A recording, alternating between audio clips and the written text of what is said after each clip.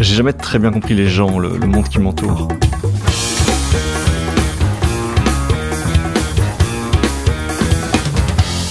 Bon, c'est l'occasion d'essayer. Je suis Guillaume Haché, vous écoutez 70 minutes avec.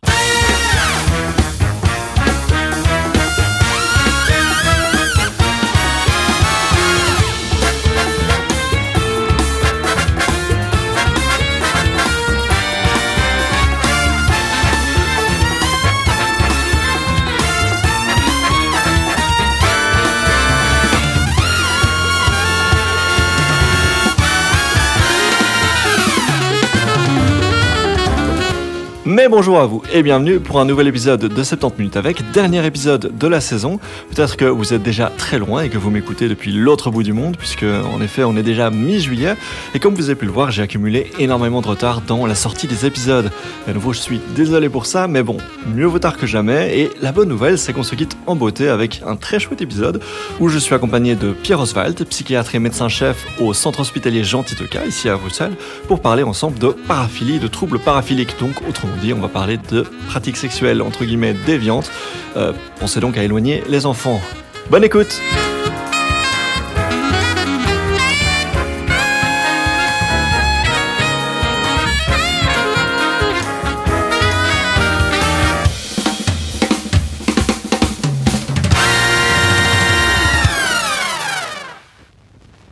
Mais j'ai aujourd'hui le plaisir d'être avec Pierre Oswald. Bonjour Pierre. Bonjour.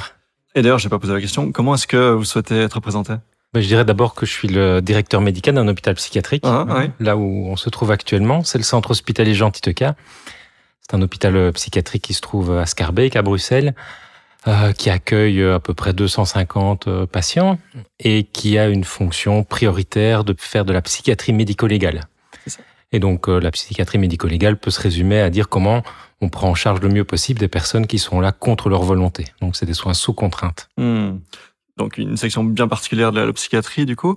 Et vous avez l'occasion d'explorer tous ces sujets dans votre podcast, puisque en plus de cette belle casquette de directeur médical, vous êtes aussi podcasteur vous-même.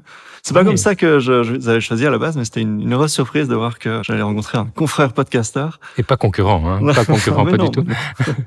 Oui, effectivement, on a, avec Alban Antoine, le directeur général, justement, ici du centre hospitalier Jean Titoca, initié des podcasts. Ça va bientôt faire 1 an. On en a fait une bonne dizaine maintenant, qui couvrent tous les sujets de la santé mentale. Et donc, n'hésitez pas à aller écouter Psyché sur toutes les plateformes. Ils sont disponibles. Ouais, voilà. Mais vous avez la formation du bon promoteur podcast. Merci pour la pub. Mais donc, oui, et donc dans Psyché, justement, vous avez l'occasion d'aborder différents aspects également de la psychiatrie, mais pas forcément ce que vous rencontrez ici, j'imagine, puisque il est question, par exemple, de TDAH, de dépression. Ici, vous parlez de psychiatrie sous contrainte, donc c'est un autre type de public, et plus particulièrement, la raison pour laquelle je vous ai invité dans 70 minutes avec aujourd'hui, c'est pour parler de la question des paraphilies. Comment est-ce qu'on pourrait définir ça ? Je pense que dans l'inconscient, dans l'imaginaire collectif, il s'agit de pathologie en termes de préférence sexuelle. Comment est-ce que vous décrirez ça ?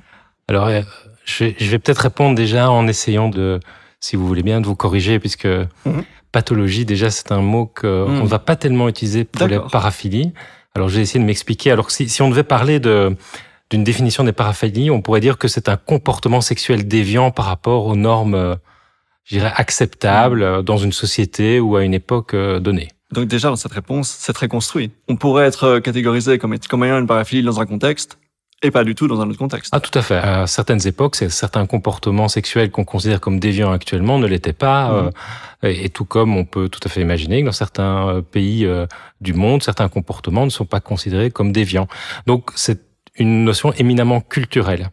Alors, il y a un autre aspect qui est essentiel, et c'est pour ça que je parlais de remettre en question la notion de pathologie, c'est que dans nos classifications psychiatriques, je ne vais pas rentrer dans le détail, mais dans nos classifications psychiatriques, on fait une différence importante entre ce qui est observable et ce qui crée de la souffrance, ce qui crée une dysfonction, ce qui crée des difficultés. Et donc, dans les paraphilies, on va faire la distinction entre ce qu'on appelle les paraphilies simples, entre guillemets, qui nécessitent d'être évaluées, mais on peut en rester là, et ce qu'on appelle des troubles paraphiliques. Et les troubles paraphiliques se différencient des paraphilies par le fait qu'ils présentent des dysfonctions, qui créent de la souffrance ou parfois qui créent des victimes. Et donc là, ce sont des troubles en tant que tels qui nécessitent une intervention pour à la fois diminuer la situation de détresse que peut présenter la personne qui a le trouble paraphilique ou bien pour qu'il y ait moins de victimes. Et donc le terme trouble vient afficher une notion de détresse. Détresse, exactement. Ouais. Et donc c'est ce qu'on retrouve d'ailleurs dans toute la nosographie, c'est-à-dire la classification des maladies mentales. On ne parle de trouble que quand il y a vraiment détresse. Et donc pour être concret l'espace d'un instant, les personnes concernées par les paraphilies, mais qui ne sont pas dans une situation de trouble, on pensera à quoi alors? Ah, c'est une très très bonne question. Et je suis là pour ça. On va tout de suite dans le vif du sujet. Alors, il y a un sujet qui a fait beaucoup débat dans l'élaboration de ces hypothèses-là. Ce sont ceux qui pratiquent le bondage et ceux qui sont fans de BDSM. C'est ça, ok. Alors, il est évident que à partir du moment où c'est quelque chose qui est accepté par tous ceux qui consentent effectivement à participer à ça, il n'y a aucun souci. Il y a néanmoins toujours un petit peu une frontière entre ce qu'on appelle le masochisme ou le sadisme, mais effectivement, à partir du moment où c'est consenti, il n'y a pas de souci. Il s'agit néanmoins de dire que selon, vraiment, si on consulte les classifications internationales, les personnes qui pratiquent le BDSM présentent une paraphilie, mais ne présentent pas de trouble paraphilique puisqu'il n'y a pas de détresse exprimée ou de détresse observable. Et donc, est-ce qu'il y a un seuil statistique à partir duquel il faut être en dessous pour que ce soit catégorisé comme étant marginal, comme étant un peu hors norme? Ou bien est-ce que c'est vraiment une question de perception très située? Un peu des deux. Il y a la question qui a beaucoup animé tous les chercheurs dans ce domaine-là, c'était de savoir si une paraphilie ou un trouble paraphilique est quelque chose qui représente une catégorie finie, on l'est ou on l'est pas, ou bien s'il s'agit d'un aspect dimensionnel, c'est-à-dire qu'il y a un spectre, et là le seuil serait celui de la détresse, mais qui est alors là une situation éminemment subjective.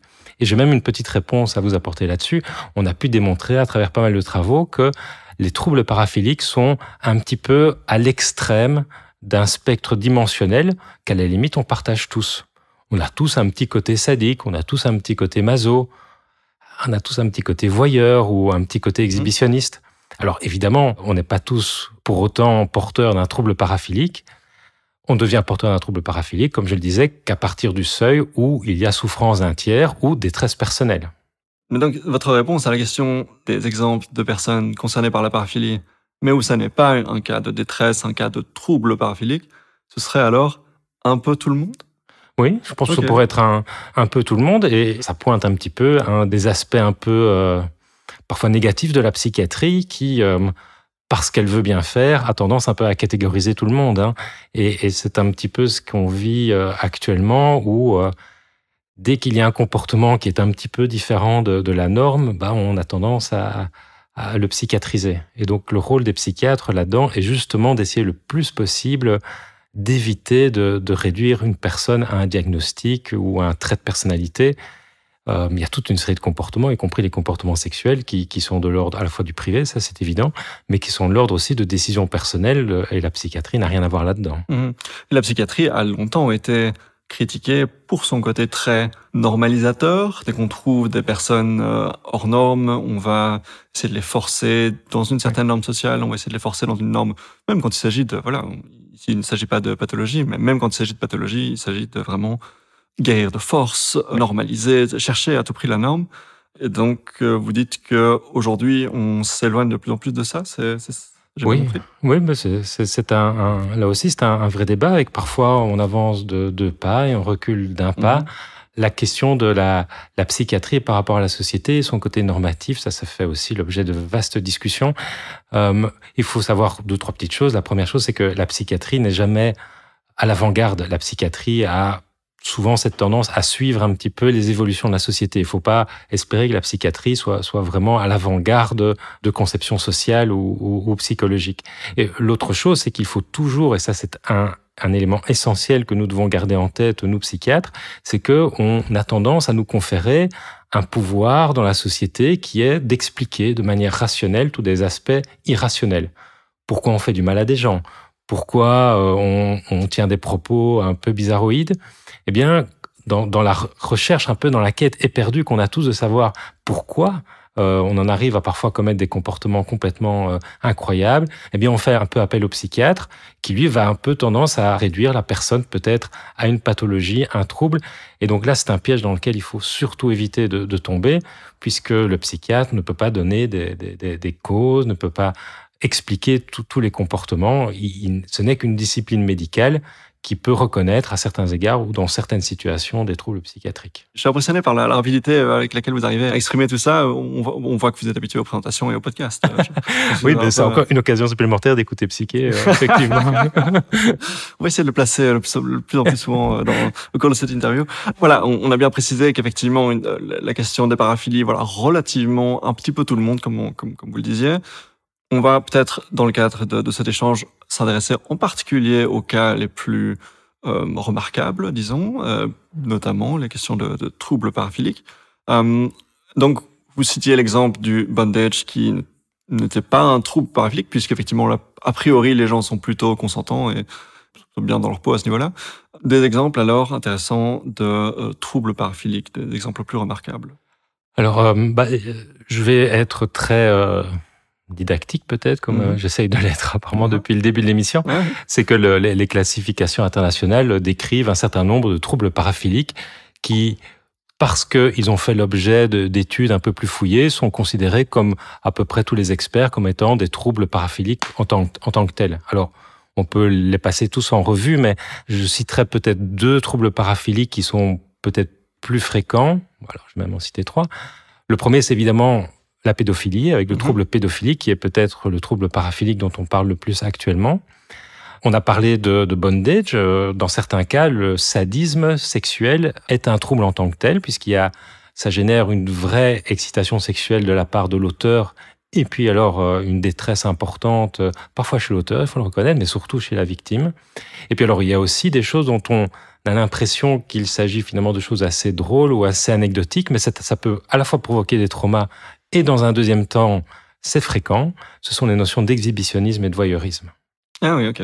Et donc, est-ce que vous, dans le cadre de votre pratique, vous avez l'occasion de rencontrer des personnes concernées par ces 3 grandes familles de troubles paraphiliques? Oui, ça a été une grande partie de mon activité clinique pendant pas mal d'années, donc avant que j'atterrisse ici au centre hospitalier Gentil-Tocage, puisque je travaillais avant dans un hôpital psychiatrique sécurisé qui accueillait des personnes ayant commis en tout cas des infractions à caractère sexuel. Et dans cette population d'agresseurs sexuels, une partie présente un trouble paraphilique. Ça me permet peut-être de dire, je ne sais pas si on peut déjà dévoiler cet aspect-là des choses, mais ce n'est qu'une part assez minoritaire des agresseurs sexuels qui présentent un vrai trouble paraphilique. Ah oui. Il y a des agressions sexuelles qui sont commises par des personnes qui, pour des raisons tout à fait variables, variées, agresse sexuellement une autre personne sans pour autant présenter un trouble paraphilique. Mais il n'empêche néanmoins que dans le cadre de cette population d'agresseurs sexuels, une minorité d'entre eux, ça fait quand même 20-30% d'entre eux, présentent un trouble paraphilique bien constitué. Et en effet, la majorité d'entre eux, puisque je les ai vus sous contrainte, c'était des pédophiles, mais j'ai aussi rencontré des exhibitionnistes, des voyeuristes, des sadiques, des masochistes, sans pour autant que toutes ces distinctions s'annulent. Il y en a certains qui même les cumulent. Mais c'est intéressant parce qu'effectivement, j'ai l'impression que quand il s'agit de commenter un fait d'actualité sur une personne qui aurait, par exemple, commis un acte à caractère pédophile, j'ai l'impression qu'effectivement, rapidement, la question la pathologie, la question du diagnostic, la question cette personne a un problème, cette personne est folle, la question de la psychiatrisation des agresseurs est assez systématique. Ouais. Et on a plus envie de retomber là-dessus pour expliquer quelque chose d'assez inexplicable autrement, finalement. C'est vrai. Et si je peux me permettre de rajouter une petite difficulté supplémentaire à cette discussion, c'est qu'en effet, j'ai dit, et je vous rejoins tout à fait, on doit vraiment être très vigilant quant à la psychiatrisation des choses, mais je rajouterais que, à défaut d'autres possibilités, la psychiatrie et plus globalement la psychologie légale amène un certain nombre de réponses pour, par exemple, limiter la récidive. Que ce soit des personnes qui présentent un trouble paraphilique comme une pédophilie bien constituée, ou bien des personnes qui sont des agresseurs sexuels qui ne présentent pas de trouble paraphilique, eh bien, on a pu démontrer que travailler avec eux la prévention de la récidive selon un mode psychologico-psychiatrique diminuait aussi la récidive. Donc, on a quand même un certain nombre d'outils qui s'adressent à la fois à ceux qui présentent un trouble bien constitué, mais aussi à des personnes qui ont agressé sexuellement. Et l'objectif alors d'une peine est non seulement de les punir, mais aussi de limiter le risque qu'ils recommencent. Et donc là, les psychologues et certains psychiatres peuvent apporter certains outils. Et donc, le caractère de trouble paraphilique pour, vous disiez, 20 à 30% des agresseurs sexuels. Des agresseurs sexuels, oui. Comment est-ce qu'on explique alors les autres? Vous disiez une variété de raisons, différentes raisons qui peuvent amener une personne à commettre ce type d'agression. Là aussi, il y a parfois des raisons qu'on ne connaît pas, des raisons inexplicables. Je vais prendre l'exemple du viol. Je prends cet exemple-là parce que lors de l'élaboration de ces fameuses classifications de paraphilie, certains ont proposé que le viol soit pathologisé et donc que le viol coercitif, répété, soit considéré comme une maladie mentale. Ah, c'est intéressant parce que vous faisiez la séparation entre paraphilie et pathologie. Et maintenant vous expliquez que certains ont proposé l'idée de pathologiser la volonté d'être un violent en série. Oui, tout à fait. Et donc, vous voyez, tout ça est compliqué et que le viol répété, coercitif évidemment par essence, pourrait être un trouble paraphilique en tant que tel. Et là, finalement, ça n'a pas été repris par manque de données scientifiques, mais on voit tout de suite le débat éthique qu'il y a là derrière. Parce que si on considère que c'est un trouble, d'une certaine manière, ça dédouane les auteurs des actes en disant, voilà, c'est une maladie, donc... Expliquer n'est pas excuser, mais effectivement, on a tendance à peut-être un peu être moins dur avec quelqu'un quand une explication est présente. Ouais. Exactement. Alors, c'est tout le débat actuel, c'est de voir quelle est la place de la responsabilité individuelle dans la commission d'actes. Et effectivement, comme vous venez de le dire, une partie de la responsabilité individuelle peut être limitée, voire la responsabilité peut être abolie du fait de l'existence d'une maladie psychiatrique. Alors, je vais prendre deux exemples très opposés. Une personne qui présente une schizophrénie, une psychose vraiment avérée avec un délire, peut par exemple agresser sexuellement quelqu'un parce que des voix dans sa tête lui ont dit de le faire. Ce n'est pas quelqu'un qui présente un trouble paraphilique, mais néanmoins, il y a un trouble psychiatrique derrière qui va faire que cette personne ne sera pas responsable de ses actes. Et puis d'un autre côté, il y a une personne bien dans sa tête, qui pense l'être, qui a les pieds sur terre, qui ne consomme pas spécialement de substances et qui décide un beau matin d'agresser une jeune femme dans la rue. C'est tout à fait possible, sans pour autant que derrière ça, il y ait un quelconque trouble paraphilique, puisque dans ses antécédents, dans sa fantasmatique, on ne trouve rien qui peut dénoter, par exemple, d'un plaisir sadique ou d'un plaisir masochiste, etc. Même dans le cas de la personne schizophrène, il n'est pas évident que ce soit un facteur dans son choix de passer à l'acte. Et plein de personnes schizophrènes qui vivent tout à fait en paix. Ah, tout à fait. Et d'ailleurs, l'immense majorité de ces personnes vivent en paix et en plus avec un risque quasi nul de commettre des agressions sexuelles. C'est aussi des chiffres qu'on a. Les personnes qui sont porteuses d'une psychose, même en phase active, commettent très peu d'actes sexuels. Pour montrer quelque part la question de la perception et les biais qu'on peut avoir vis-à-vis de ces questions. Exactement. Et donc, j'essaie de retomber sur ma question à l'origine qui était... Oui, donc je parlais des 60-70% de personnes qui passent à l'acte sans être concernées par une paraphilie. Mais donc, voilà, l'exemple du viol est particulier puisque là, effectivement, vous disiez ça n'a pas été retenu ça n'a pas été retenu comme étant un trouble paraphilique. Mais donc, si on prend l'exemple le plus connu, celui qui est le plus mis en avant, et qu'on parle d'une agression sexuelle, d'un viol sur une personne mineure. On va évidemment se concentrer sur les personnes concernées par les paraphilies, mais qu'est-ce qui peut amener une personne qui n'est pas concernée par les paraphilies, qui n'a pas un diagnostic à ce niveau-là, de commettre ce genre d'acte, si ça n'est pas une particularité au niveau de sa psyché? Oui, donc on parle vraiment de personnes ici qui n'ont pas de fantasmes spécifiquement orientés ou de besoins sexuels tellement envahissants qu'ils ne peuvent pas s'empêcher d'agresser. Là, il y a quand même, là aussi, toute une série d'études et d'observations qui montrent que le passage à l'acte sexuel, même sur mineur, n'est pas spécifiquement associés à des éléments médicaux ou psychiatriques de ce type-là. Il peut y avoir, par exemple, une difficulté d'intérioriser la loi. Je peux vraiment vous assurer que j'ai rencontré des personnes qui ne savaient pas qu'elles ne pouvaient pas agresser des mineurs. Ce sont des personnes qui, soit socialement, familialement, ou parce qu'elles n'ont pas les compétences intellectuelles, n'ont pas intériorisé cet interdit. Donc ça existe. Il y a la prise de toute une série de substances qui désinhibent. L'alcool, évidemment, loin devant, peut entraîner la commission d'actes de ce type-là sans pour autant que la personne exprime une fantasmatique à orientation pédophilique. Mais donc, dans les différents cas que vous citez, c'est toujours un contexte bien particulier, donc avec des compétences intellectuelles en retrait, pour dire ça comme ça, ou bien des substances qui ont été consommées. Mais donc, une personne sobre, en capacité intellectuelle de réfléchir à ce qu'il est en train de faire, ça arrive aussi. Ben oui, et parce que je pense qu'on a tous, et c'est heureux dans l'immense majorité des cas, la capacité de décider. Et rappelez-vous un peu ce qu'on disait en début d'émission, la différence entre une paraphilie et un trouble paraphilique. Quand on évoque la pédophilie en tant que paraphilie, on pense à toutes ces personnes qui ont des fantasmes orientés vers les enfants. On parle de ces personnes qui ont des fantasmes pédophiliques et qui, de temps en temps, vont jeter un œil sur des photos pornographiques ou sur des films pornographiques qui mettent en scène peut-être pas des enfants, mais des jeunes garçons, des jeunes filles qui sont à la limite de la puberté. Donc, ce que je veux dire derrière ça, c'est que l'immense majorité des personnes qui ont des fantasmes d'orientation pédophilique ne passent pas à l'acte. Gardent ça pour eux. C'est souvent une souffrance, c'est souvent une fragilité qui les met dans des situations difficiles.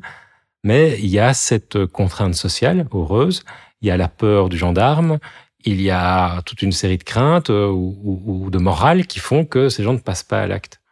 Vous appelez ça comment? Des personnes qui ont un attrait pour des contenus pédophiles? Vous avez appelé ça oui, on peut l'appeler comme ça, ou un intérêt,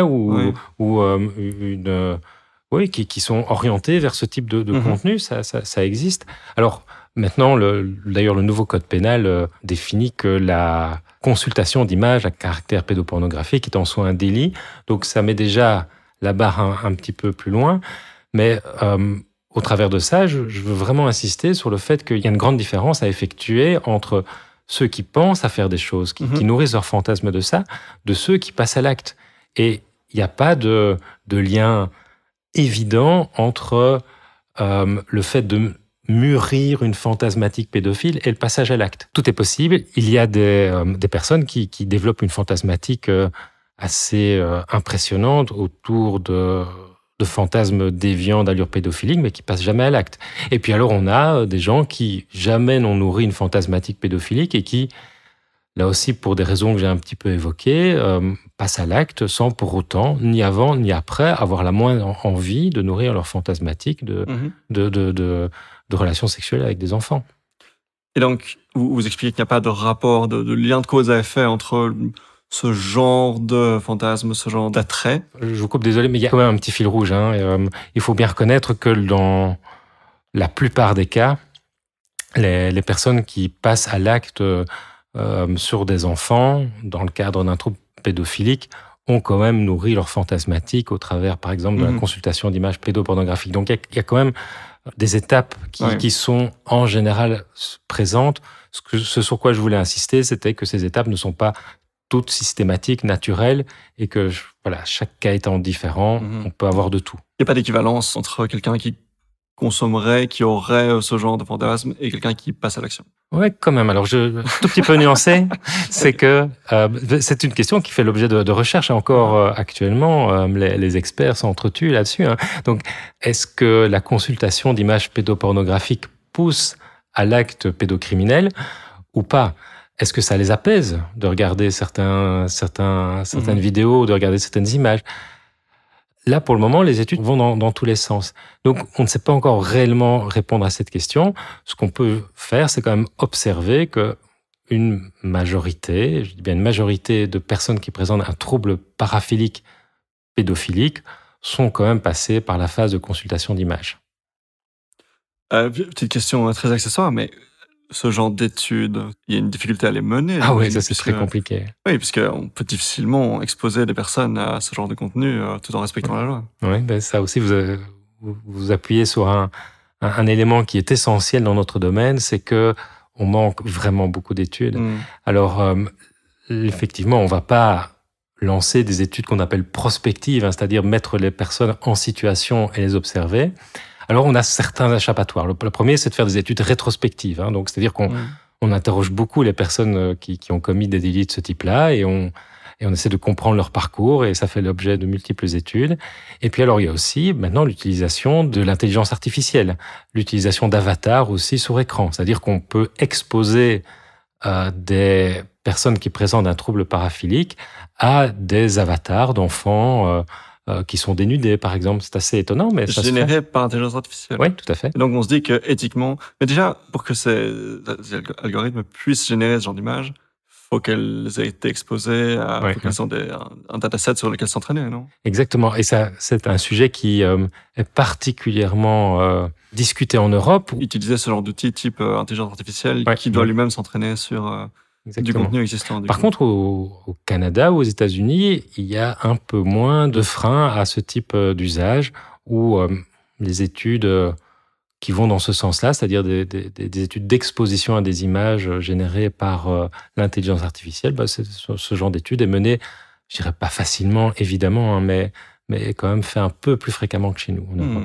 C'est marrant parce que j'ai l'impression que c'est quelque chose qui date des 12-24 derniers mois et vous en parlez déjà comme si c'était quelque chose, oui, on a déjà eu l'occasion de le voir à plusieurs reprises. Ah oui.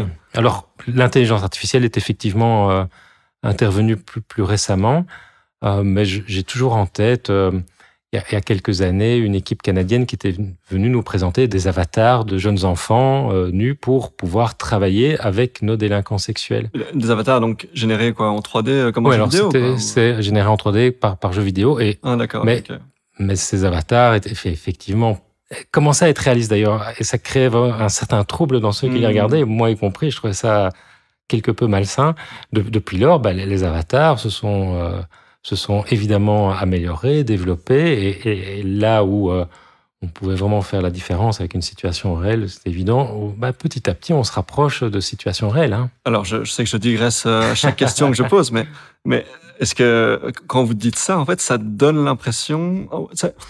Je vais vous poser la question directement, en fait. Est-ce que, dans le cadre de votre travail, vous êtes amené à être exposé à ce genre de contenu? Moi, oui. J'ai longtemps eu une activité d'expert auprès des tribunaux, donc j'étais chargé d'évaluer des personnes inculpées ou après une décision de justice qui présentaient un trouble paraphilique, et ça m'a amené à consulter des éléments de dossier avec parfois des images particulièrement impressionnantes, voire odieuses. Oui. Bon, ok. Donc pour remonter différentes questions que j'ai posées, on évoquait donc le caractère des personnes qui ont peut-être un attrait vers ce type de contenu, mais qui ne passent pas forcément à l'acte. Cet attrait, comment est-ce qu'il se développe? Quelle est l'origin story de personnes qui ont ce genre d'attrait? Ma réponse, elle sera à la fois simple et compliquée. Il faut qu'on pense chacun à notre propre sexualité et comment elle s'est développée. Je pense que les sexualités qu'on appelle déviantes, sources de paraphilie et de troubles paraphiliques, se développent exactement comme nos sexualités qu'on a souvent tendance à considérer comme normales, puisque c'est nous qui vivons avec. J'ai toujours été très frappé quand je discutais avec ces personnes qui présentaient, selon moi, un trouble paraphilique, c'est qu'ils avaient une conviction que leur sexualité était tout à fait normale. Légitime. Légitime, oui. Se rendaient bien compte à certains moments, pour la plupart d'entre eux, qu'ils avaient transgressé la loi. Ils passent à l'acte. Oui, effectivement, dans ces cas-là, tout est bien qu'ils ne pouvaient pas le faire. Il y a la notion de consentement, qui là est très objectivement, très factuellement oubliée ou annulée. Le consentement, c'est un élément essentiel dont on va peut-être pouvoir parler, parce que c'est effectivement à travers le consentement qu'on peut travailler avec eux. Mais au-delà du consentement, l'attirance qu'ils expriment pour telle ou telle personne, telle ou telle pratique, tel ou tel objet, parce qu'on n'a pas parlé du fétichisme, par exemple, mais le fétichisme est aussi considéré comme une paraphilie, eh bien, c'est pour eux le même développement qu'on peut imaginer comme étant en partie génétique, en partie environnementale, bref, une construction complexe d'un rapport à l'autre ou d'un rapport à l'environnement qui définit nos propres sexualités et qui définissent aussi la leur.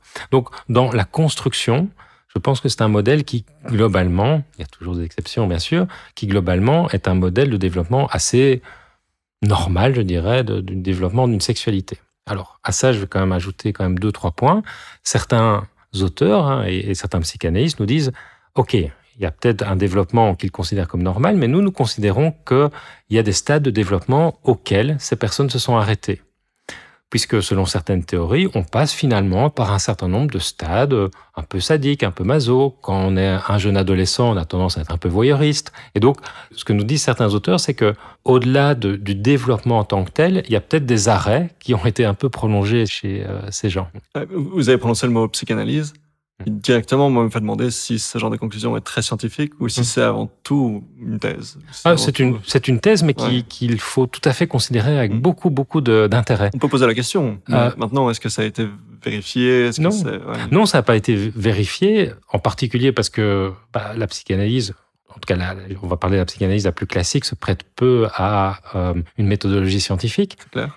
Et la deuxième chose, quand même à dire, je l'ai dit tout à l'heure, et donc il faut regarder d'abord dans son assiette, c'est que ceux qui ne sont pas psychanalystes et qui évoquent ces sujets-là n'ont pas non plus énormément d'études scientifiques à se mettre sous la dent. Donc on est quand même dans un domaine où toute bonne volonté est bonne à prendre et que toute théorie peut être réfléchie et investiguée. Et donc c'est pour ça que, et je le dis souvent, sans être psychanalyste, c'est que ce sont quand même les psychanalystes qui nous ont permis pendant longtemps de penser la sexualité et que le rapport, il est inestimable. C'est pas pour autant qu'il est unique, qu'il est univoque, mais il est très très important. Et donc, il y a à la fois certains, je le disais, certaines personnes qui s'arrêteraient à certains stades de développement, et puis alors il y a aussi l'hypothèse dont on parle beaucoup actuellement, c'est l'hypothèse du traumatisme. C'est que certains traumas peuvent fixer certaines personnes à certains peut-être stades du développement ou à certaines situations, certains comportements qui les pousseraient peut-être vers certaines situations déviantes. Ça, c'est effectivement quelque chose qu'on entend beaucoup. Est-ce que c'est quelque chose que vous constatez, que vous remarquez au contact de patients oui. Alors, avec peut-être un point de vue qui est un peu biaisé, puisque je les rencontre une fois qu'ils ont été reconnus soit coupables, soit irresponsables. Donc, quand il y a eu une décision de justice, donc je vois ceux qui se sont fait prendre et peut-être un milieu sociologique particulier. Et là aussi, sans me cacher derrière les études, mais là aussi, la plupart des études montrent que la plupart des personnes qui passent à l'acte sexuellement, qui sont des agresseurs sexuels, ont vécu plus fréquemment que d'autres des épisodes similaires durant leur enfance. Donc, il y a quand même quelque chose autour du trauma aussi à prendre en compte. Donc, vous disiez le trauma, d'autres... Alors, il y a d'autres éléments. Graves. Oui. Il y a ce qu'on appelle tout ce qui peut être neuropsychologique. Et la capacité, par exemple, de mémoire, d'organisation, de planification de certains de nos patients, puisque pour certains c'est un trouble, on a pu montrer qu'elle était défaillante. Donc c'est comme s'il y avait un rapport au monde qui est un petit peu défaillant et qui pourrait peut-être les pousser vers un certain nombre d'actes qui leur est plus accessibles. Assez prosaïquement, il est plus facile de séduire une petite fille qu'une femme adulte. Et donc dans ce cadre-là, ça a été démontré, ça? Ça me paraît très étrange comme conclusion. Mais... Effectivement, ça peut être tout à fait discuté, mais c'est ce qui ressort des discussions qu'on a avec eux. C'est que... la séduire vraiment en termes d'obtenir un sourire, obtenir un développement d'une relation, quelque chose comme ça. Oui, ok, peut-être qu'elles mettent moins leur garde. Oui, il y a quelque chose à ce niveau-là, peut-être. Il y a cette naïveté enfantine qui, pour le coup, peut avoir des conséquences difficiles. Alors, on a pu aussi mettre en évidence que certaines personnes qui présentent un trouble paraphilique ont vraiment un rapport au monde qui est compliqué, une difficulté à aller vers les autres, une tendance à l'isolement. Et donc, là aussi, le passage à l'acte pédophilique est un moyen totalement, évidemment, inacceptable de régler certains de leurs problèmes. Donc, par exemple, d'aller vers les autres. Et ils vont vers les autres en ayant dans la tête le fait entre autres, d'avoir une excitation sexuelle pour des enfants, mais aussi de pouvoir créer des liens sociaux, des liens amicaux avec ces enfants. Donc, ce qui est intéressant aussi, c'est le caractère un petit peu monstrueux qu'on prête donc aux personnes, dans ce cas-ci, on parle en particulier des personnes qui ont des traits pédophiles. On va s'intéresser aussi à la question du fétichisme que je souhaitais explorer aussi. Moi, j'ai en tête en particulier, c'était il y a une dizaine d'années, Madame Michel, Michel Martin. Michel Martin, oui, c'est ça, oui. Oui. C'était Michel Martin qui devait aller vivre, je crois, dans un couvent, sortir de prison temporairement pour voilà, s'installer dans un couvent. Et on voyait une espèce de tribunal populaire s'installer, en particulier dans les médias, de personnes qui voulaient la brûler vive, disaient faut qu'elle crève, faut qu'elle crève. Et on la diabolisait complètement. Ce qui m'apparaît comme étant une incompréhension totale, très loin de ce que vous décrivez maintenant comme étant une sexualité qui s'est développée de façon standard, qui n'est pas un choix actif, qui n'est pas une nature qu'ils ont recherchée spontanément. Là où je veux aller, c'est qu'il y a une incompréhension très importante de la société vis-à-vis des personnes concernées, sans parler en particulier de Michel Martin. Est-ce qu'il y a des choses à faire, d'après vous, en termes d'éducation, en termes de compréhension de la population vis-à-vis de ces personnes? C'est un sujet vaste et effectivement, des situations comme celles que vous évoquez démontrent bien l'incompréhension. Travailler en psychiatrie médico-légale ou en psychologie légale, c'est être constamment contre-intuitif. Parce que tout ce qu'on pense de manière un petit peu simpliste comme étant une solution, finalement, on se rend compte que ce n'est jamais les bonnes solutions. Par exemple, on pense qu'en les laissant en prison très longtemps, une fois qu'ils seront sortis, ils auront compris, ils ne recommenceront pas. Alors que, même si le taux de récidive est en général assez faible chez les délinquants sexuels, on sait très très bien que le temps en prison ne fait que renforcer la tendance à la récidive. Donc, il faut trouver un juste équilibre. Donc la tendance à la récidive augmente, mais la récidive elle-même est assez faible. Oui. Alors, si je voulais des chiffres, et je sais que vous voulez des chiffres. Oui, ça sera... Bon, alors, les chiffres sont un peu difficiles, évidemment, de manière simpliste à donner, mais je vais quand même essayer de le faire. Si on prend l'ensemble des délinquants sexuels, on peut considérer qu'à peu près 30% d'entre eux vont récidiver, mais de manière générale, pas uniquement en commettant un délit à caractère sexuel. À peu près 15 à 20% d'entre eux vont commettre un délit à caractère sexuel. Par contre, si on les aide et si on met en place des programmes de soins qui leur permettent de mieux comprendre ce qui s'est passé, on va en parler. On diminue clairement la récidive. Donc, mais vous disiez, la tendance à la récidive augmente lors de la détention. C'est ça qui est très frappant, en fait. Oui, parce que, je vais prendre un exemple, là aussi c'est simpliste, mais parlons d'un pédophile qui a des gros problèmes de socialisation. Qu'est-ce qu'on va faire pour essayer de l'aider à ne pas recommencer? Eh bien, c'est de travailler avec lui le développement de relations que nous on appelle les relations prosociales. C'est-à-dire de développer des connaissances avec des gens qui vont plutôt être positives, avec des gens positifs, avec des gens qui sont constructifs, avec des gens qui peuvent les amener à s'intéresser à certains sujets, etc. Il faut reconnaître que c'est pas en prison qu'on les trouve. C'est sûr. Et que si on veut vraiment travailler de manière active à la prévention de la récidive, eh bien, le psy que je suis va dire il faut pas les mettre en prison. Mais je suis aussi citoyen. Et le citoyen dit il y a quand même un aspect rétributif. Le droit pénal insiste beaucoup sur le fait qu'une peine a un sens, une peine veut dire quelque chose.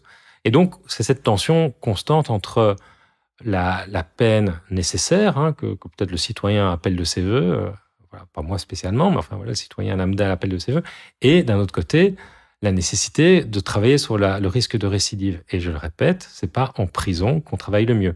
Toutes les études montrent que c'est le soin communautaire qui marche le mieux. Le soin communautaire, c'est quand la personne retourne dans la communauté et est aidée pas uniquement par un psy qu'il va rencontrer toutes les semaines, mais par toute une série d'acteurs qui vont travailler avec lui pendant la journée pour justement développer toute une série de compétences. Et c'est pas du tout en prison que ça se travaille, ça se démarre en prison, parce qu'il faut bien qu'on démarre quelque part, mais le gros du travail se fait à l'extérieur de la prison. Donc ça, c'est pour ce qui est entre guillemets, de l'accompagnement, entre gros guillemets, du traitement. Mais pour retourner à ma question qui était sur l'incompréhension, la difficulté à établir un dialogue, à comprendre les personnes et à vraiment surtout les diaboliser, ce qui est le réflexe numéro 1 vis-à-vis des personnes concernées par la pédophilie. Je peux comprendre ce sentiment. On touche à un tabou quand il s'agit d'enfants, on touche à un tabou quand il s'agit effectivement de faits qui créent des traumatismes parfois terribles. Et il est difficile de ne pas mettre des émotions dans des situations pareilles. C'est très compréhensible. C'est loin d'être idéal. Et moi, j'ai beaucoup de chance d'avoir travaillé avec des gens comme ça, parce que j'avais appris avant, pendant et même après à à certaines choses qui m'ont permis de prendre la distance avec ça. Et donc, toutes les convictions que j'ai, qui sont des relatives certitudes scientifiques, avec tout ce que ça vaut, viennent de lectures, de formations, de rencontres avec eux, qui me permettent d'attester que, par exemple, les peines de prison n'ont pas d'effet positif sur ces personnes. Mais voilà, c'est aussi parce que le regard scientifique s'est posé là-dessus. Mais en tant que citoyen, effectivement, j'ai pas spécialement d'attirance pour ce genre de personnage. Oui, oui. Mais donc, pour revenir à ma question, est-ce qu'il y a des efforts à faire à ce niveau-là, ou est-ce que vous pensez que c'est mal barré? Non, je pense qu'il y a... évitons évidemment toute forme de populisme à ce sujet. Ça, c'est un élément important. Il y en a encore parfois qui se lâchent avec des convictions que plus on enferme, plus on contrôle, plus on contraint, mieux ça ira. Très sincèrement, dans notre domaine, c'est pas vrai. C'est le contraire qui fonctionne. Donc voilà, nous, ce qu'on a à faire, c'est peut-être des podcasts comme on le fait aujourd'hui, c'est informer envers les gens de bonne volonté, mais surtout continuer à faire notre métier de manière la plus scientifique qui soit. Ça, c'est vraiment important de ne pas se laisser entraîner par un camp comme par l'autre et d'essayer d'être le plus distant, le plus froid, le plus carré sur la manière dont on aborde ce type de problématique. J'aimerais revenir sur votre réponse. Il y a un instant où vous disiez que certaines rencontres, certaines expériences vous avaient amené à changer votre perspective sur toutes ces questions? Oui, parce que voilà, comme médecin... Est-ce que vous avez des exemples? Comme médecin, comme psychiatre, j'ai été formé à soigner des maladies. Et mes premières rencontres avec des agresseurs sexuels m'ont confirmé qu'en fait, ils n'avaient pas de maladie. Et que derrière, parfois, cette carapace assez monstrueuse, vous utilisez le mot de monstre, se trouvent parfois des gens éminemment bien plus complexes que ce que j'imaginais. Et ça me fait penser qu'à l'époque, quand j'ai démarré mon activité avec eux, j'avais écrit un article sur ce sujet. Et un des paragraphes s'appelait Zut, j'ai ri avec un pédophile. Parce que je me souviens qu'à l'époque, j'avais passé un bon moment avec un de ces personnages qui était patient dans l'unité dans laquelle je travaillais, et que, évidemment, une fois passé le moment de la connaissance des faits qui avaient été faits, enfin, des faits de ces personnes, eh bien, je me retrouve avec des gens qui, par ailleurs, ont la capacité de s'amuser, qui, par ailleurs, avec qui on peut passer des très bons moments, tout comme il y en a d'autres avec qui je ne passerai pas mes vacances, mais d'autres avec qui je peux vraiment passer des très bons moments. Et donc, ce que j'ai vraiment appris, c'est que les monstres, ça n'existe pas, que des actes peuvent être monstrueux, mais que les monstres n'existent pas. Peut-être un ou deux, évidemment, il y a toujours une extrémité, mais en général, ce sont des personnes qui ont vécu des grosses difficultés dans leur vie, qui ont commis des choses qu'elles ne pouvaient pas commettre. Et donc, comme toute personne sur cette terre, on est tous un petit peu de chair, d'esprit, de sentiments, et qu'il n'y a finalement pas énormément de différence entre eux et nous. Oui. Alors, on va explorer les questions d'accompagnement, les questions aussi légales, puisque vous avez été vous-même un expert qui avait travaillé dans ce contexte-là. Mais avant de passer sur ces aspects-là, juste revenir donc sur la question du fétichisme, puisqu'on n'a pas encore exploré ça en profondeur. J'ai quelques exemples qui me viennent à l'esprit, mais le plus simple serait, je pense, de vous demander qu'est-ce que c'est le fétichisme concrètement? Est-ce que vous avez des exemples? Le fétichisme, c'est une paraphilie qui est centrée sur l'utilisation préférentielle d'objets inanimés. J'ai en tête aussi une personne que j'ai rencontrée qui avait développé un fétichisme sur, c'est pas très original, mais sur des petites culottes, et qui en avait mis partout chez lui. Et donc, l'excitation sexuelle venait de cette collection de petites culottes. Et là où on voit la différence entre paraphilie et trouble paraphilique, c'est que, à la limite, le fait d'aller dans un grand magasin, d'acheter des petites culottes, c'est évidemment moralement un petit peu bizarre, c'est un peu rébarbatif, mais est-ce que ça cause des victimes? Est-ce que c'est une première étape vers un trouble? Ça cause une souffrance chez la personne? Alors exactement, c'est à ça que je voulais venir, c'est que cette personne, à certains moments, en souffrait énormément. Ah d'accord. Okay. Grosse culpabilité, anxiété, grosse difficulté à pouvoir imaginer par ailleurs se retrouver dans un environnement où il y aurait des petites filles, puisqu'il y avait chez lui quand même aussi, au-delà de ce fétichisme, des petits traits pédophiliques. Et donc, c'est une personne qui vient en disant « je peux plus vivre avec ça, c'est trop compliqué, j'en souffre trop ». Mais ça, c'est une forme de fétichisme. Alors, les fétichismes les plus souvent rencontrés, c'est quand il s'agit d'une orientation vers les femmes, ce sont par exemple les robes en soie, il y a la fourrure, ça peut être les chaussures, les hauts talons. Hein, il y a toute une fantasmatique autour de ça. Et j'ai en tête un patient assez impressionnant, terriblement fétichiste, qui était, lui, très orienté vers les baskets et les chaussures de sport. Et lorsque il venait me rencontrer, il prenait le train et se mettait sous les sièges de train pour pouvoir contempler les chaussures des gens dans le train. Et donc, quand il venait me voir en consultation, on commençait toujours par discuter de ce qu'il avait vu dans le train et comment il avait géré. Ça peut être drôle, hein, parfois, la psychiatrie. Et donc, oui, c'est une... ce sont des situations parfois assez étonnantes. Et puis alors oui, alors il y a aussi ce qu'on appelle, nous les psychiatres, le partialisme. Le partialisme, c'est un intérêt pour des parties a priori non sexualisées du corps. Et là aussi, c'est une construction qu'on peut... Les pieds, oui. Les pieds, ça c'est effectivement un partialisme très fréquemment rencontré. Et puis ça pose aussi la question de parties qui seraient sexualisées ou de parties qui ne seraient pas sexualisées dans le corps humain. Et donc là aussi, c'est une vaste question. Il y a aussi une partie de construction sociale là-dedans. Ah, totalement, totalement. Et qui peut aussi être déconstruite. Et donc, là aussi, ça démontre bien que la psychiatrie tente, à certains égards, de capter un peu l'air du temps, mais au travers encore de notions comme le fétichisme, le partialisme, on est un petit peu perdu face à l'évolution de la société. Et si vous vouliez parler de fétichisme, je voulais dire un petit mot du transvestisme, peut-être. Oui, alors, pourquoi pas. Parce que ça, c'est un bon exemple. Donc, le transvestisme, c'est cette tendance qu'on a à la base, de manière théorique, certains hommes de s'habiller en femme et d'en éprouver un plaisir sexuel. C'est un des 8 troubles paraphiliques qu'on retrouve dans les classifications psychiatriques. Mais il y a un gros problème, si tant est que c'est un problème, c'est qu'on a très rarement vu des hommes qui sont porteurs d'un transvestisme en souffrir réellement. Oui, donc c'est pas un trouble. Pourtant, les classifications nous disent que ça peut être un trouble. Mais les études ne le montrent pas. Oui, mais donc, ce qui reviendrait peut-être à ce qu'on disait tout à l'heure, l'aspect peut-être un peu normatif, l'aspect très... Exactement. On reste dans des cases très standards, il faut surtout pas dépasser quand on dessine. Exactement. Et Dans ce cadre-là, les normes ont beaucoup évolué ces dernières années. Le fait comme ça qu'il y ait même des émissions de télé avec des drag queens qui même valorisaient cette image du transvestisme a beaucoup fait pour vraiment complètement ringardiser le transvestisme comme étant un trouble. Et là, on se rend compte qu'en fait, la souffrance vient peut-être du regard social.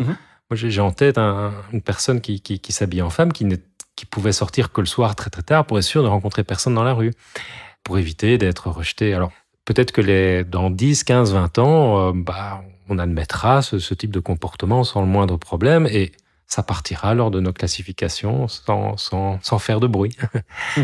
Oui, c'est un exemple intéressant puisqu'effectivement, comme je le disais il y a un instant, on sent que la psychiatrie peut être très violente avec les personnes qui dépassent, qui sortent des normes. Et voilà, donc on parlait de personnes qui font du transvestisme, mais donc ça touche aussi donc indirectement les personnes, les drag queens, comme vous disiez. Et puis peut-être que la personne dont vous venez de parler, qui n'osait sortir que tard le soir, aurait pu entamer une question de transition de genre, quoi. Mais effectivement, la psychiatrie a pu l'être et est encore... en partie aujourd'hui, quelque chose d'assez normatif. Oui, c'est clairement quelque chose de normatif. Et de violente, du coup. Et à nous, chaque fois, de ramener les choses à la question de détresse qu'on évoquait au début, la question de dysfonctionnement, la question de victimisation ou de victime tout court. Ce sont des éléments sur lesquels on va chaque fois s'arrêter. Donc, les notions de fétichisme et de, vous disiez, partialisme. De partialisme, oui, voilà. Bien retenu, oui. Donc là, l'exemple le plus frappant qu'on m'avait donné à moi, c'était le cas d'une personne qui, quand il était petit, avait perdu sa mère dans un accident et donc il l'avait vue pour la dernière fois avec des plâtres vraiment blessés, vraiment les os cassés dans tout son corps. Et apparemment, concrètement, ce qui se passait, c'est que à l'âge adulte, il exigeait, lors des relations sexuelles avec son épouse, qu'elle mette des faux plâtres. Donc ça, c'est l'exemple. Bon, je sais pas si ça se voit vraiment dans la. Comme ça, j'ai jamais rencontré. Non, ça, effectivement. Bon, c'est ce qu'on m'a raconté. C'est une sexologue qui m'a raconté ça. Mais c'est tout à fait envisageable, mais c'est vrai que j'ai jamais rencontré. Et gardons-nous bien toujours de faire des liens de cause à effet aussi là-dedans, parce que dans notre domaine psychiatrique ou psychologique, il faut reconnaître qu'on n'a jamais pu définir de manière sûre et certaine et objective qu'un événement, un comportement était dû à une cause unique. On n'est pas comme dans certaines disciplines médicales où on sait d'où vient le diabète. On a un problème d'insuline, etc. Dans notre domaine... On ne sait d'ailleurs pas d'où vient le diabète, mais... Bien vu, bien vu. Je ne suis pas diabétologue, mais voilà, c'est vrai. Mais on sait qu'il y a des facteurs génétiques et qu'il y a... C'est vrai, voilà. c'est vrai. Mais on connaît plus ou moins le processus et on sait sur quoi travailler pour éviter qu'il se développe, pour le soigner, pour s'aggraver. Dans notre domaine, on va être très, très profil bas, très modeste, et utiliser ces hypothèses de cause à effet comme étant plutôt des hypothèses de travail. On va se dire, c'est peut-être ça, mais on va travailler là-dessus. Mais ne jamais trop insister sur une cause unique qui finalement n'a d'intérêt que si elle est travaillée, par exemple, en psychothérapie. Donc c'est intéressant cette question de partialisme et de fétichisme. Oui, je vois que ça vous intéresse, effectivement.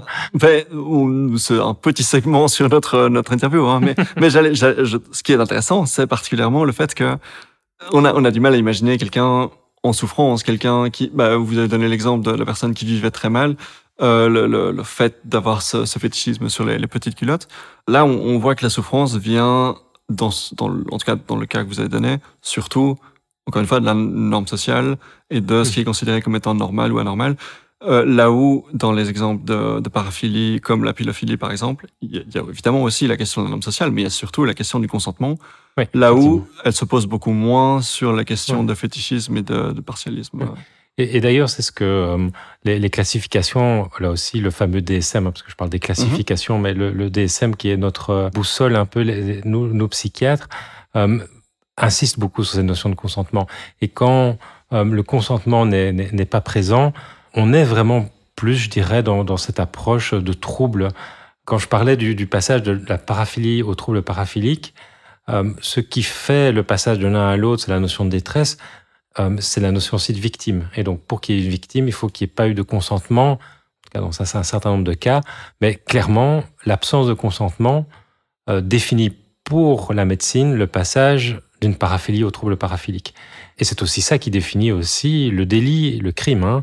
Le code pénal, qui a été revu d'ailleurs par rapport au délit sexuel récemment, insiste énormément sur la notion de consentement, au point même que parfois c'est très compliqué de définir si une personne est consentante ou pas.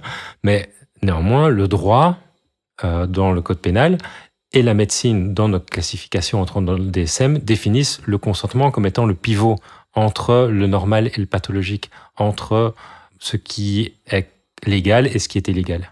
Et donc, revenons alors à la question de l'accompagnement pour les personnes qui viennent chercher de l'aide ou qui y sont contraintes parce qu'elles ont été jugées. Finalement, concrètement, les personnes avec lesquelles vous avez travaillé, est-ce qu'il y a une proportion entre les personnes qui spontanément sont venues chercher de l'aide, par exemple en faisant le constat d'une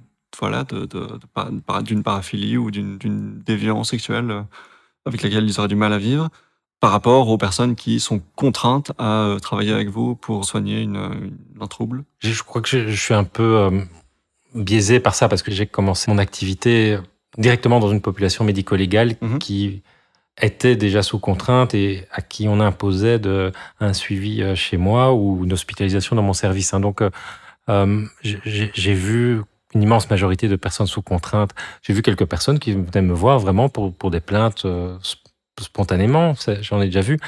Je pense que si on interroge des sexologues, on verra peut-être plus des plaintes spontanées. Donc, je pense que tout est un petit peu possible.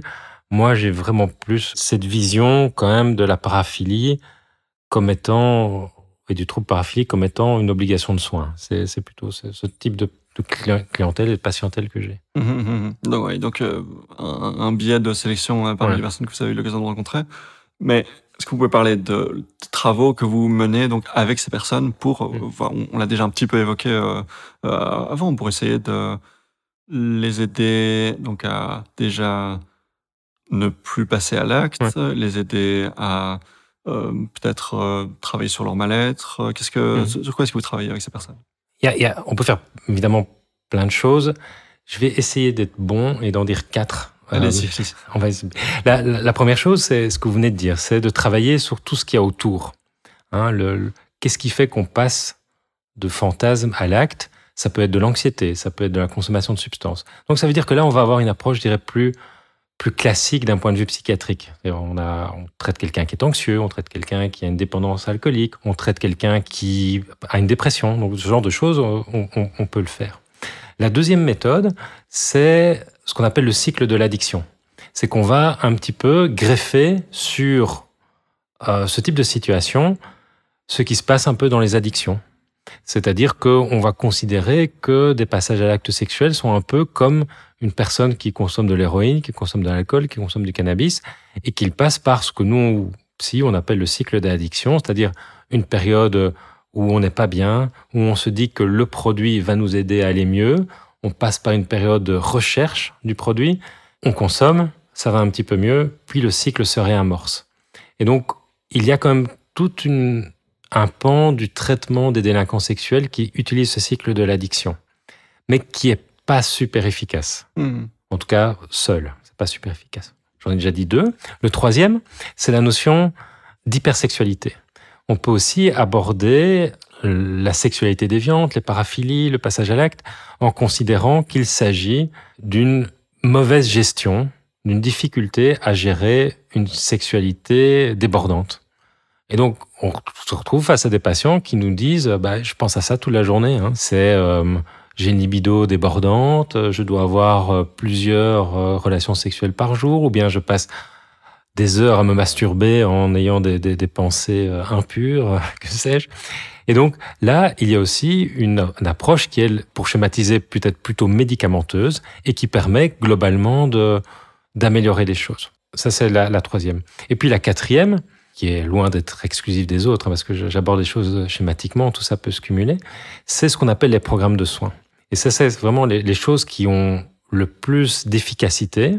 Les programmes de soins, ce sont très simplement des groupes thérapeutiques auxquels participent les agresseurs sexuels et qui vont aborder toute une série de facteurs de risque qui, une fois pris en charge, leur permettent de diminuer la récidive. Par exemple, j'en ai parlé tout à l'heure, on peut tout à fait travailler avec eux le fait de développer des compétences sociales, donc des compétences prosociales pour développer des relations correctes avec les gens. On peut les aider à trouver une certaine satisfaction, à exercer une activité professionnelle, à avoir des activités de loisirs, à avoir une vie familiale. Le fait parfois d'isoler les personnes qui ont des paraphilies ou des troubles paraphiliques, ça n'a pas beaucoup de sens. Le plus possible, il faut créer du lien social. Mais il y a aussi une notion de risque à prendre en compte, donc ça est plus compliqué. Ces programmes de soins ont montré que si la personne s'engageait, eh bien, ça pouvait réduire de moitié le risque de récidive. Je parlais tout à l'heure de 15-20%, on est à un peu plus de 5%, dans certains cas un peu moins de 10% de récidive lorsque les personnes suivent correctement ces programmes de soins. Et quand j'évoquais les relations prosociales, il s'agit aussi, on peut mettre, pour en parler des heures, mais de gestion des émotions, de compréhension de ce qu'est la loi, de pouvoir mieux gérer certaines interactions. Quand par exemple, c'est des choses très prosaïques, mais quand vous draguez une fille en boîte de nuit et qu'elle dit non, comment est-ce que vous gérez votre colère ? S'il y en a une. Ouais. Je peux vous assurer que c'est des choses qu'on travaille avec eux. Et que lorsque ils arrivent à développer des stratégies pour être moins en colère, eh bien, c'est des choses qu'ils peuvent utiliser lorsqu'ils vivent certaines frustrations. Et donc, j'ai cité 4 champs de traitement qui, comme je le disais, peuvent se cumuler. On peut tout à fait imaginer, par exemple, que personne, dans le cas d'un programme de soins, puisse être sous traitement, comme ce qu'on appelle un traitement de castration chimique. Et 4 grands champs qui peuvent se combiner. Voilà, on peut voir ces questions-là à travers le prisme de l'addiction. Ce que disent les addicts, par exemple, qui consomment ou qui ont consommé des drogues dures, c'est que it's a lifelong thing. C'est un truc qui dure toute une vie, contre lequel ils doivent lutter toute la vie. Alors, pour reprendre le cas, des personnes qui ont été aidées, qui ont eu accès à ces soins, vous disiez, 90-95% des personnes concernées ne récidivent plus à ce moment-là. Est-ce que elle reste malgré tout dans une situation de tentation éternelle, de résistance à des idées, à des besoins qui leur viendraient. Oui. À quoi est-ce qu'on fait face ? Oui, effectivement, on ne change pas d'orientation sexuelle comme ça. D'ailleurs, vous appelez ça une orientation sexuelle ? Ah oui, tout à fait, oui. Okay. Il y a des personnes hétérosexuelles, il y a des personnes homosexuelles, il y a des personnes évidemment qui sont pansexuelles, il y a des personnes qui sont attirées par des enfants, par des plus jeunes, par des plus vieux. Ce qu'il y a, c'est que dans tout ce que je viens de dire, il y a des choses qu'on ne peut pas faire, il y a des choses illégales. Et la seule différence, elle est là. Quand je dis ça, c'est parfois très compliqué d'entendre ça. Parce que moralement... Effectivement, il y a des gens qui sont en train de bugger en nous écoutant. Là. Alors je vais les rassurer tout de suite pour dire que je ne me mets pas du tout dans le champ de la loi, enfin, dans le champ de la loi, certes, mais pas dans le champ de la morale. Je veux dire que dans leur tête, c'est quelque chose qui est plus ou moins du même ordre. Et ce que je veux toujours être, c'est stratégique. C'est-à-dire que quand on lance une option thérapeutique, parmi toutes celles que j'ai citées là tout de suite, il ne s'agit pas de diaboliser leur orientation sexuelle, parce qu'ils vont devoir vivre avec toute leur vie. Une personne qui est pédophile, le but, c'est qu'elle reste pédophile dans sa tête, mais qu'elle ne passe pas à l'acte. Donc, le but n'est pas qu'elle reste pédophile, c'est qu'elle ne passe pas à l'acte. Et donc, on doit pouvoir parler de ça. On doit pouvoir s'entendre sur le fait que le traitement ne va pas les réorienter ou les orienter, comme certains zozos pensent qu'on peut soigner l'homosexualité. Thérapie de conversion, ça n'existe pas. Exactement. Il n'y a pas de thérapie de conversion des pédophiles vers une sexualité adulte. C'est la même chose. Donc, cette situation sera dans leur tête toute leur vie. Je l'ai dit tout à l'heure, la grande majorité des gens qui ont ça dans leur tête ne passent pas à l'acte. Le but, c'est que ceux qui sont passés à l'acte rejoignent la cohorte des personnes qui n'ont jamais passé à l'acte.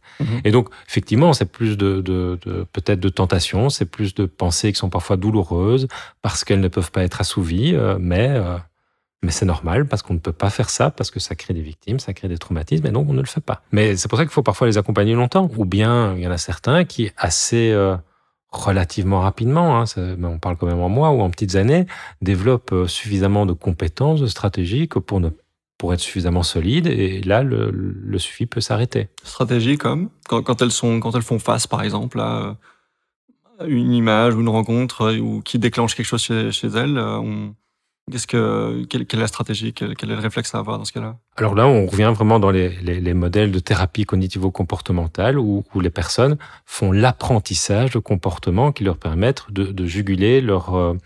Il y a un mot qu'on n'a pas dit depuis le début, le mot pulsion, et c'est bien parce que je déteste ce mot pulsion. C'est vous qui le prononcez? Oui, c'est chouette que vous ne l'ayez pas prononcé. Donc pulsion, ça ne veut pas dire grand-chose, sauf en psychanalyse, mais la pulsion, je dis ça un peu en souriant, parce que la pulsion, c'est ce que nous disent à peu près tous les auteurs quand on les rencontre la première fois. On leur demande pourquoi vous avez fait ça, ils disent c'est une pulsion. Comme si c'était quelque chose qu'on ne pouvait pas contrôler ou expliquer. Non, il n'y a pas de zone pulsionnelle dans le cerveau qui fait qu'il y a des choses qu'on ne peut pas contrôler. Moi, je parle plutôt d'attirance, et donc les gens peuvent apprendre à contrôler leur attirance.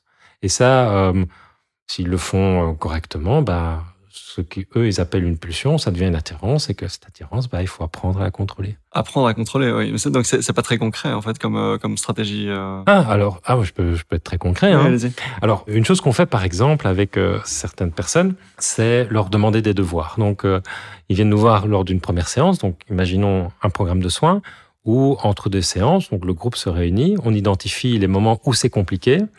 Eh bien, lors d'une séance, on leur dira, pour la semaine prochaine, vous identifiez les étapes qui ont mené au passage à l'acte. Et donc, ils prennent leur petit cahier, ils notent ça pendant la semaine, ils notent aussi les moments où ça a été plus compliqué, et avec eux, on retravaille chacune de ces étapes et on définit chaque fois des échappatoires. C'est très TCC, là, pour le coup. Ça, c'est hyper TCC, à l'ancienne, vraiment, c'est vintage, 20e siècle. Donc, TCC, thérapie cognitivo-comportementale.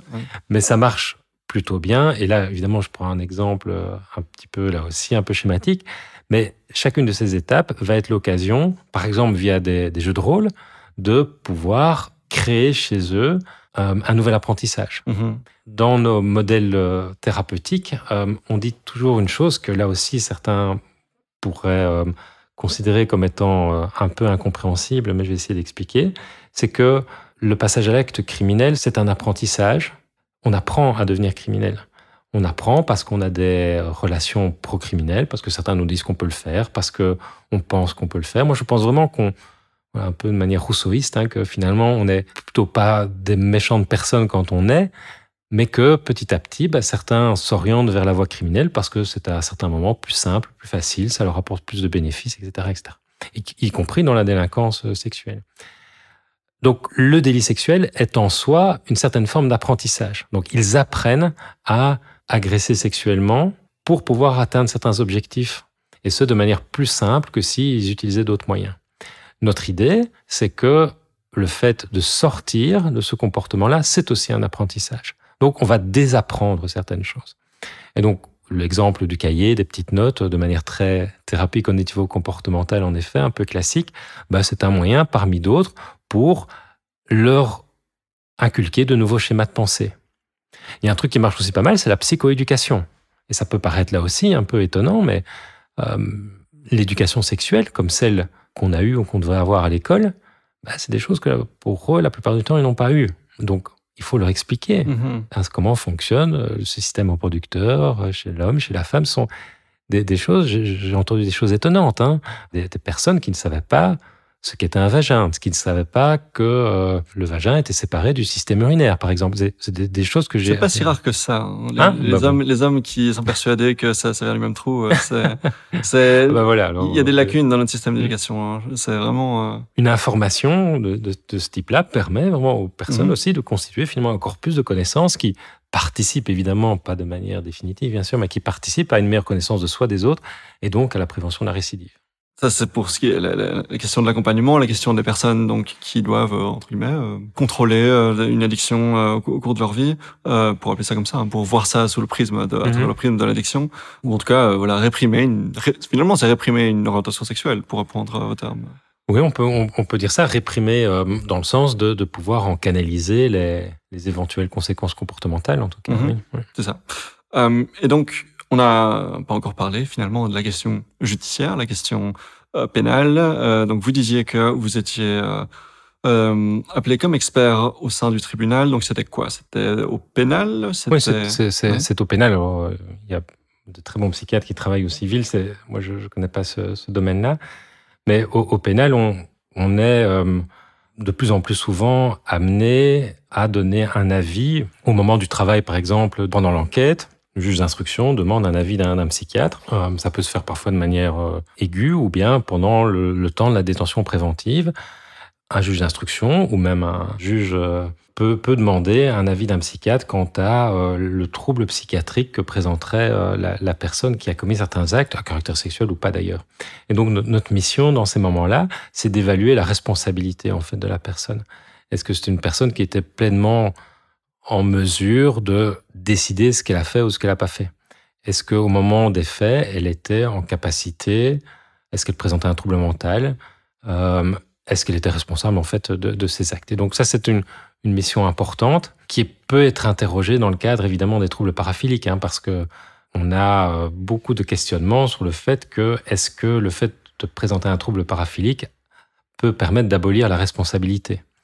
Donc là, c'est vraiment du cas par cas, c'est assez compliqué, c'est un petit peu difficile d'expliquer ça en quelques minutes, mais il faut là aussi être très très prudent, parce que si on met en fin d'expertise cette personne présente un trouble pédophilique, ce qui est parfois le cas, il faut quand même se rendre compte de toutes les conséquences que ça peut avoir pour cette personne.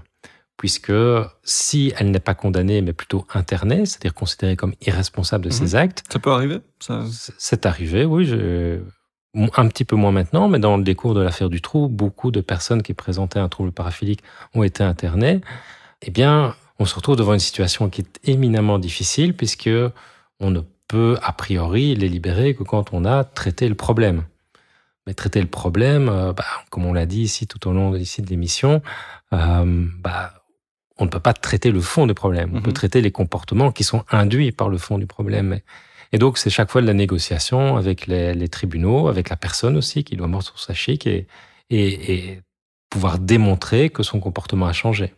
Donc là, on est vraiment dans des zones un petit peu complexes. Et donc, l'enjeu de l'expertise psychiatrique au pénal est là, c'est de définir si la personne est, au moment des faits, responsable ou pas de ses actes. Donc, vous avez mentionné le fait que la prison était en rien une solution et que ça faisait beaucoup de mal au développement d'un comportement sain chez ces personnes.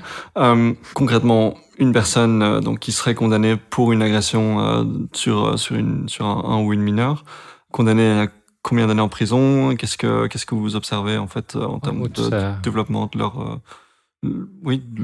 leur comportement de contrôle vis-à-vis de leur pulsion? Non, pardon. Vis-à-vis de leur comportement.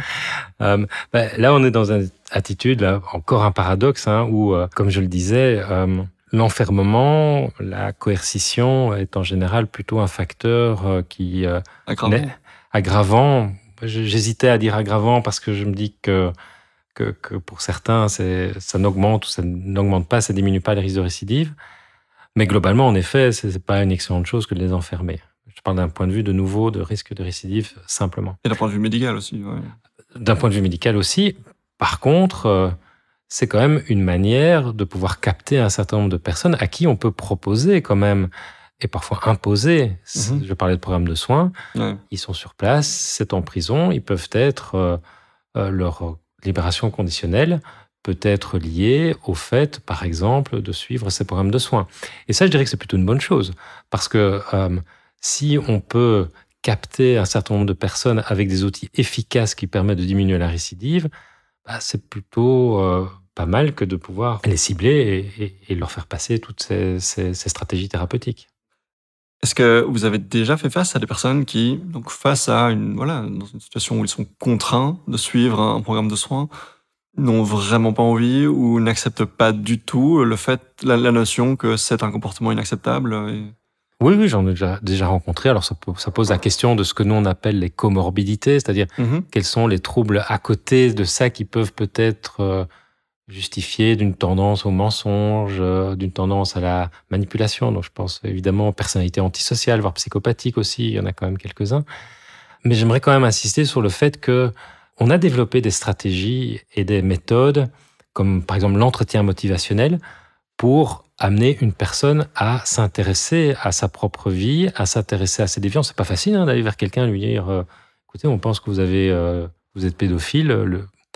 J'ai rarement vu quelqu'un qui sautait de joie en disant chouette, je vais faire un programme de soins pour travailler ça. Donc il y a très souvent une résistance, une réticence assez légitime. C'est là que notre compétence doit pouvoir s'exprimer au travers de stratégies comme l'entretien motivationnel qui leur permet petit à petit de contempler leur situation pour petit à petit l'admettre, la digérer et la travailler. Très bien. Et on arrive au bout des 70 minutes ensemble, Pierre Oswald. Est-ce qu'il y a un dernier point que vous souhaitez explorer qu'on n'aurait pas encore abordé ensemble ? Non, je pense que on a quand même fait un tour de la question assez large. J'espère avoir fait passer le message d'une nuance à avoir dans des cas pareils, de stratégies qui doivent être le plus possible standardisées, assez concrètes et qui nous permettent non seulement d'être en général plus efficaces, mais aussi de laisser nos émotions au vestiaire. Et c'est vraiment ça qu'on doit essayer de faire. Et que lorsqu'on est dans des dispositions de devoir côtoyer, travailler avec eux, on doit quand même toujours se dire qu'en face de nous, c'est des êtres humains et que agir avec nos émotions, c'est pas leur rendre service. Et donc, on doit pouvoir être suffisamment compétent, oserais-je dire, mais suffisamment outillé que pour au moins leur devoir ça. On leur doit de leur apporter toute une série d'outils qui pourraient leur permettre de ne pas recommencer. Il n'y a pas non plus, et là aussi la morale n'intervient pas, il ne faut pas les punir. Nous, on est des soignants. Il y a une justice qui est là pour les punir. Nous, on est là pour travailler sur certains processus comme sur la récidive. Mais on n'est pas là pour en rajouter une couche. C'est pas notre boulot. On a choisi de faire un métier qui n'est pas celui de punir les gens. On doit bien savoir dans quel cadre on intervient et d'utiliser les outils les plus professionnels possibles. J'espère avoir fait passer ce message-là aujourd'hui. Mais je pense que tout ça était très clair. Vous êtes très bien exprimé sur toutes ces notions. Pour ceux et celles qui veulent vous suivre, donc on le disait, vous avez un podcast, Psyché. Exactement, Psyché. Oui. Donc c'est toutes les 2 semaines, c'est ça ? C'est toutes les 2 semaines. Alors, on vient ici pendant une année d'en enregistrer pas mal. Et on reprendra d'ici quelques semaines avec plein de surprises en plus. Donc, restez à l'écoute. Vous faites ça bien. Mais donc, vous ne pouvez pas déjà nous dire les sujets sur lesquels vous espérez réaliser des épisodes, puisque donc c'est surtout votre confrère qui vient à vous avec des... C'est surtout lui qui organise tout. Alors, oui, mon collègue et qui est par ailleurs mon directeur a plein de bonnes idées dans sa besace et on est en train effectivement de réfléchir à un format un tout petit peu différent dans les semaines qui viennent et donc, voilà, restez à l'écoute et allez voir sur Psyché assez fréquemment. Des nouvelles fraîches seront bientôt disponibles. Des nouvelles fraîches ? Ouais. Incroyable. Mais écoutez, je mettrai en tout cas le lien vers Psyché en description. Gentil. Un grand merci. dans ce podcast. Et donc, par ailleurs, vous êtes très actif sur LinkedIn pour ceux qui sont sur LinkedIn. D'autres endroits où on peut vous lire, vous suivre? Non, j'ai choisi effectivement un réseau social qui correspond à mon âge, donc je suis plutôt sur LinkedIn. Voilà. Ça se voyait tellement dans la façon dont je l'ai dit, ou qu'est-ce que... Ouais, oui, un petit peu.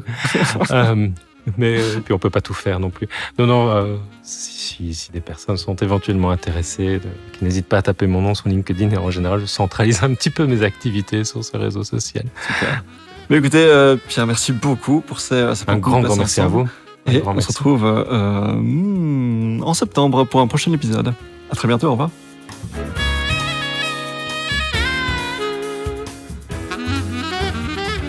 J'espère que mon entretien avec Pierre vous a plu. Je vous rappelle qu'il a également un podcast, Psyché, que je vous encourage à aller écouter. C'est du travail très propre et j'ai mis un lien en description.